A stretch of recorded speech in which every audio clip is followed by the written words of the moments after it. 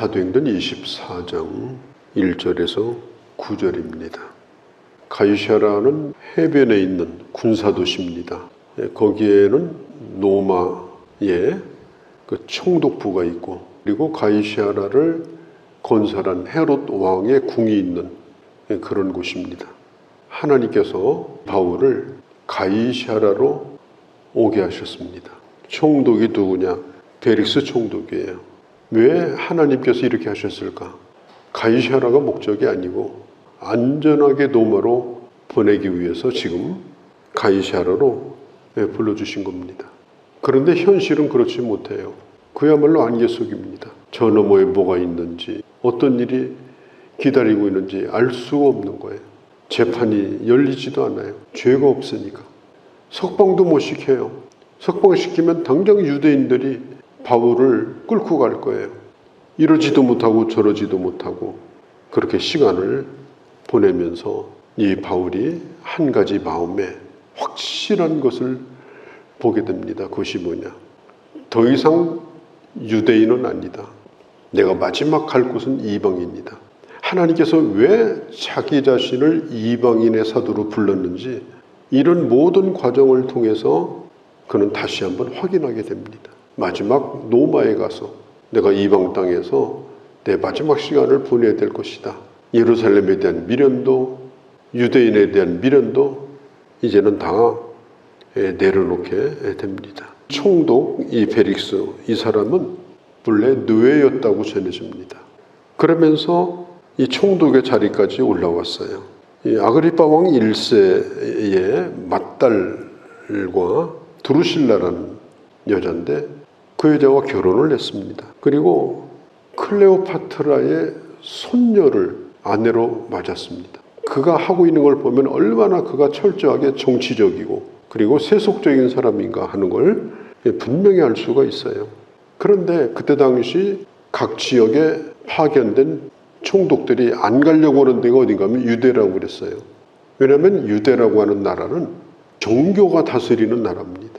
절대적 종교 권력, 종교 이데올로기, 그것이 다스리기 때문에 이게 참 다루먹기가 힘든 나라가 이게 유대 나라예요. 자기를 죽이려고 하는 40명의 사람이 있었다고 그랬죠. 먹지도 않겠다고 하는 사람들. 저는 지금도 궁금해요. 그 사람들이 굶어 죽었는지 잠을 안 자서 죽었는지 그런 얘기는 없으니까. 그런데 바울이 가이사라로 끌려온 지 닷새 만에 저 예루살렘에서부터 대제사장 아나니아, 그리고 말 잘하는 변사 더둘로, 그리고 같은 패거리인 유대인들이 바울이 가이사라에 온 지 닷새 만에 바울을 고소하겠다고 온 거예요. 대제사장은 성전을 지키는 사람이잖아요. 그런데 지금 바울 한 사람을 고소하겠다고 여기까지 지금 온 겁니다. 그러니까 40명의 사람들이 극렬주의자들이죠. 바울을 죽이는 걸 실패하고 4일 동안 공모를 또 한 거예요. 급하게 변론하는 변호사인 더둘로를 데리고 지금 오게 된 겁니다. 그리고 바울에 대하여 고소를 하게 돼요. 이 더둘로가 이제 대신 얘기를 합니다. 아나니아가 직접 얘기를 한 것이 아니라 변사 더둘로가 아나니아를 대신해서 총독에게 하는 얘기가 여기 지금 나와 있어요. 여기를 보면 정말 입에 담기도 민망할 정도로 아첨을 합니다. 이 벨릭스 총독이 누구냐? 아나니아 대제사장의 전임자를 죽인 사람이에요. 자기 전임자를 벨릭스가 죽였거든요. 그런데 지금 변호사를 데리고 와서 하는 얘기가 당신의 다스림 아래 오랫동안 태평을 누립니다. 그리고 선견지명을 가지고 이 나라에 많은 개혁을 하셔서 감사드립니다. 유대인들로 볼 때는 반민족자예요. 그리고 하나님을 섬기는 사람으로서도 이방인의 군인에게 이런 아첨을 해서는 안 됩니다. 이 아나니아는 신앙심도 없고 애국심도 없는 정말 세속적인 사람입니다. 오로지 바울을 죽이겠다고 눈에 불을 쓰고 지금 이렇게 하고 있는 겁니다. 선임을 죽인 총독에게 이렇게 말할 수 있다. 이거 말이 안 되는 거죠. 자, 벨릭스에게 고소하기를 이 사람은 전염병 같은 사람이다. 이 전염병이 뭐냐면은 페스트입니다. 흑사병.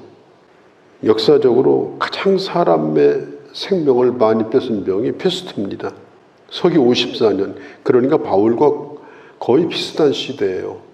서기 54년에 이집트에서 페스트가 퍼져가지고 그때 당시 인구가 얼마나 되겠습니까? 그런데 이집트 땅에서만 1억 명이 죽었습니다. 2000년 전에. 지금 뭐 코로나 이거다군요. 아예 비교가 안 됩니다. 1340년에 100만 명이 죽었습니다. 14세기 말에 저 유럽 전역에 페스트가 퍼져가지고 2400만 명이 죽었습니다. 흑사병은 무서운 병이었어요. 그냥 걸리면 죽어요. 그리고 어마어마한 전염성을 가지고 있어요. 그런데 바울을 흑사병이라고 말합니다. 페스트. 그러니까 바울이 얼마나 무서운 사람이냐 이걸 말하고 있는 거예요. 바울은 건드리면 퍼진다. 바울을 건드리면 그 옆에 사람도 전염된다. 바울과 만나면 약이 없다. 그 사람도 예수 믿어버린다. 그런 얘기예요. 제가 훈련소 들어갔을 때 처음 훈련소 교회에 예배드리러 갔을 때 정말 눈물 나더라고요. 나만 운 것이 아니라 막 다 울더라고. 그때는 훈련이 정말 셌거든요. 그러다가 1주 지나가고 2주 지나가고 이렇게 하니까 예배 모이라고 하면 안 모여. 이제 적응이 된 거예요. 적응이. 엄마 생각도 덜 나고. 거기다가 이제 하사관이 나와가지고 뭐라고 얘기하는가 하면 기독교 환자 집합 이렇게 얘기를 꼭 얘기해요. 기독교 환자 집합. 그러니까 더 안 모여요. 지금 이 아나니아도 마찬가지예요. 예수 믿는 사람을 환자라고 생각하는 거예요. 다 병든 사람들, 예수 병든 사람들. 그 주동자가 누구냐?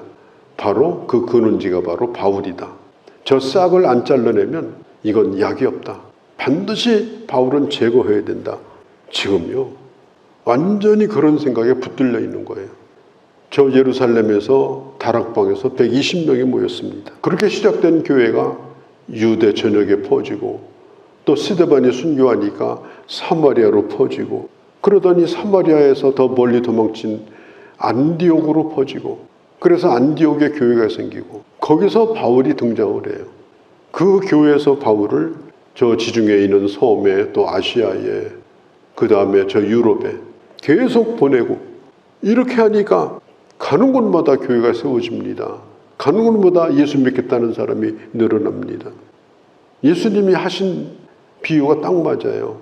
가루를 반죽을 해가지고 거기다가 누룩을 넣었더니 며칠 지난 다음에 그게 발효가 돼가지고 다 부풀어 올라가지고 냄새도 변하고 모양도 변하고 그래서 밀가루가 빵이 되지 않습니까? 이 복음이 바로 그런 겁니다. 사도 바울이 바로 이 전염병, 세상을 변화시키고 완전히 달라지게 만드는 사람을 완전히 바꿔버리는 전염병 같은 사람. 우리 안에는 복음이 있습니다. 우리가 반드시 퍼뜨려야 될 복음입니다. 우리 안에는 예수 그리스도의 사랑이 있습니다. 이 사랑도 우리만 가지고 있으면 안 됩니다. 반드시 이 사랑을 우리는 전해줘야 합니다. 우리에게는 예수 그리스도를 믿는 영원한 소망이 있습니다. 우리의 소망. 내 소망이 뭔지 묻는 자든 묻지 않는 자든 우리는 가서 이걸 퍼뜨려야 되는 겁니다. 내 안에 있는 복음에 대한 믿음과 소망과 사랑. 우리는 전염병과 같이 저 사람만 만나면 사람이 달라지네. 이런 소리를 듣는 이런 사람이 되는 걸 우리도 사모해야 되고 이런 거룩한 영향력을 가지도록 우리는 하나님 앞에 구해야 합니다. 나쁜 영향력을 가져가지고 그냥 그 사람만 만나면 병이 들어. 영 못 쓰게 돼버려. 이건요. 거룩한 전염병이 아니라 그 사람 자체가 병균이에요. 병균. 우리가 나쁜 병균 같은 사람이 되면 안 되잖아요. 바울처럼 저 사람은 전염병이야. 예수 그리스도를 전하는데 저 사람이 가면 확실해져. 분명해져. 이런 명예로운 이름. 바울이 그렇게 고소를 당했어요. 히브리서 11장에 보면 초대교회 때 많은 핍박을 받았는데 성경에 이렇게 말합니다. 옥에 갇히는 것, 심지어 톱으로 키우는 것. 그렇게 죽은 사람도 있거든요. 그런데 히브리서 뒤에 11장 뒤에 이렇게 말합니다. 저들은 세상이 감당할 수 없는 사람이다. 세상이 할 수 있는 것은 그 사람을 순교시키는 거예요. 그런데 순교시켜도 그가 전한 복음이 끊임없이 증거되는 겁니다. 우리 안에 있는 귀한 것. 예수 믿는 사람은 얼마나 행복하게 사는가. 예수 믿는 사람은 얼마나 사랑이 넘치는가. 예수 믿는 사람이 가진 이 소망이 얼마나 확실한가. 고린도후서에 있는 것처럼 그리스도의 향기라고 했으니까 이 그리스도의 향기를 전하면서 사는 것이 정말 가치가 있도록 그렇게 살아가야 된다. 오늘 사도 바울이 이 고소당한 사람이 이유가 바로 그런 이유였어요. 당신은 패스트 같은 사람이야. 만나면 전염이 돼버리네요. 만나면 그냥 100만볼트 전기가 통해가지고 그냥 그 사람이 주님의 사람이 돼버리네요. 이런 영향력과 이런 하나님의 사람 되기를 우리도 사모하고 우리 하나님의 능력을 구하며 또 주의 말씀에 순종하는 그런 우리가 되어야 할 줄로 믿습니다. 소욕해 하는 자다. 두 번째 고소가 소욕해 하는 자라고 그랬어요. 이 말은 뭐냐? 시끄럽게 만든다는 거예요. 세상 사람들은요, 조용한 걸 원합니다. 그래서 뭐 일이 생기면 조용해. 떠들지 마라. 뭐 일이 생기면 가만히 있어. 못 듣는 걸라고 가만히 있어. 특별히 총독 같은 사람은 조용해야 자기 자리를 잘 간수할 수 있잖아요. 시끄러우면 안 되잖아요. 그러니까 아나니아가 이 총독의 그런 걸 다 읽은 거예요. 바울이라는 인간은 세상을 시끄럽게 하는 인간이다. 도움이 안 된다. 그렇게 고소를 한 겁니다. 바울은요, 가는 데마다 시끄러웠어요. 에베소가 얼마나 시끄러웠습니까? 난리가 났잖아요. 뭐 책을 다 불태우고 또 경기장에 모여가지고 2만 명이 모이는 경기장입니다. 사람들이 그득 모여서 바울을 죽이겠다고 온 도시가 다 들고 일어나고 그렇게 시끄러웠어요. 앞으로도 보겠습니다마는 감옥 안에 있는 바울도 시끄러웠어요. 어느 정도냐? 바울하고 얘기만 하면 사람들이 막 정신이 없어요. 그래서 어떤 사람은 자기가 예수 믿을까 봐서 더 말하지 말라. 나 예수 믿을 것 같다. 그렇게까지 얘기를 했습니다. 가만히 있지를 못하게 만들어요. 나도 가만히 있지 못하고 나와 함께하는 사람도 가만히 있지 못하고. 그래서 이 고소하는 말이 딱 맞아요. 또 한 가지는 나사렛 이단의 우두머리다. 이 말은 뭐냐? 아주 불순한 집단의 저 사람이 대표다. 그런 뜻이에요. 여기서 이단이라는 말은 파벌이라는 뜻이에요. 파벌. 당이다. 그러니까 예수당이라는 말이에요. 정치적인 용어입니다. 그 시대가 볼 때 바울은 그런 사람으로 보였을지 모릅니다. 이단처럼 보이는 거예요. 자기들처럼 살지 않아요. 자기들처럼 이상하게 살지 않아요.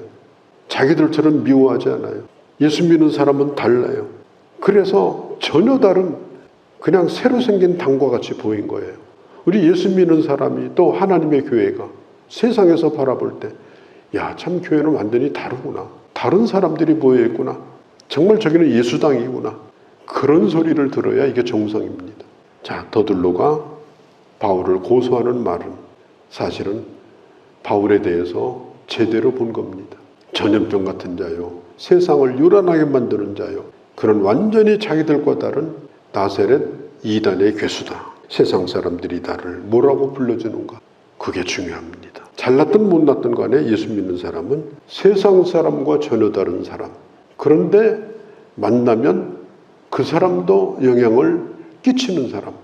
이게 바로 예수 잘 믿는 사람입니다. 그런 능력을 사모하고 오늘 아침 기도할 때 하나님의 사람으로 살게 하옵소서. 특별히 이 시대에 정말 복음이 저 아스팔트에서 얼마나 조롱을 받았습니까? 세상 사람들이 이제는 침을 뱉어요. 정말 이제는 복음이 복음되고 예수 믿는 사람이 예수 믿는 사람답게 거룩한 영향력을 끼치면서 이 땅을 변화시키는 그런 하나님의 역사를 이루어가는 우리 교회와 우리 모두가 되어지기를 바랍니다. 거룩하신 우리 아버지, 세상 사람들이 나를 향하여 고소한다면 저 사람 거짓말쟁이, 저 사람 사기꾼, 저 사람 이기주의자, 저 사람은 앞뒤가 다른 사람, 그런 얘기를 듣는다면 얼마나 안타깝고 부끄러운 일이겠습니까? 우리도 사도 바울처럼 정당한 일로 복음을 위해서 거룩한 영향력 때문에 이 세상을 놀라게 함으로 이 세상이 나를 다시 한번 바라보고 교회에 대하여 하나님의 사람에 대하여 말할 수 있는 하나님의 사람이 되도록 저희들을 회복시켜 주시고 또 교회를 회복시켜 주시고 복음이 놀라운 힘을 가질 수 있도록 주께서 함께하여 주시옵소서. 우리 주 예수님의 이름으로 기도하옵나이다. 아멘.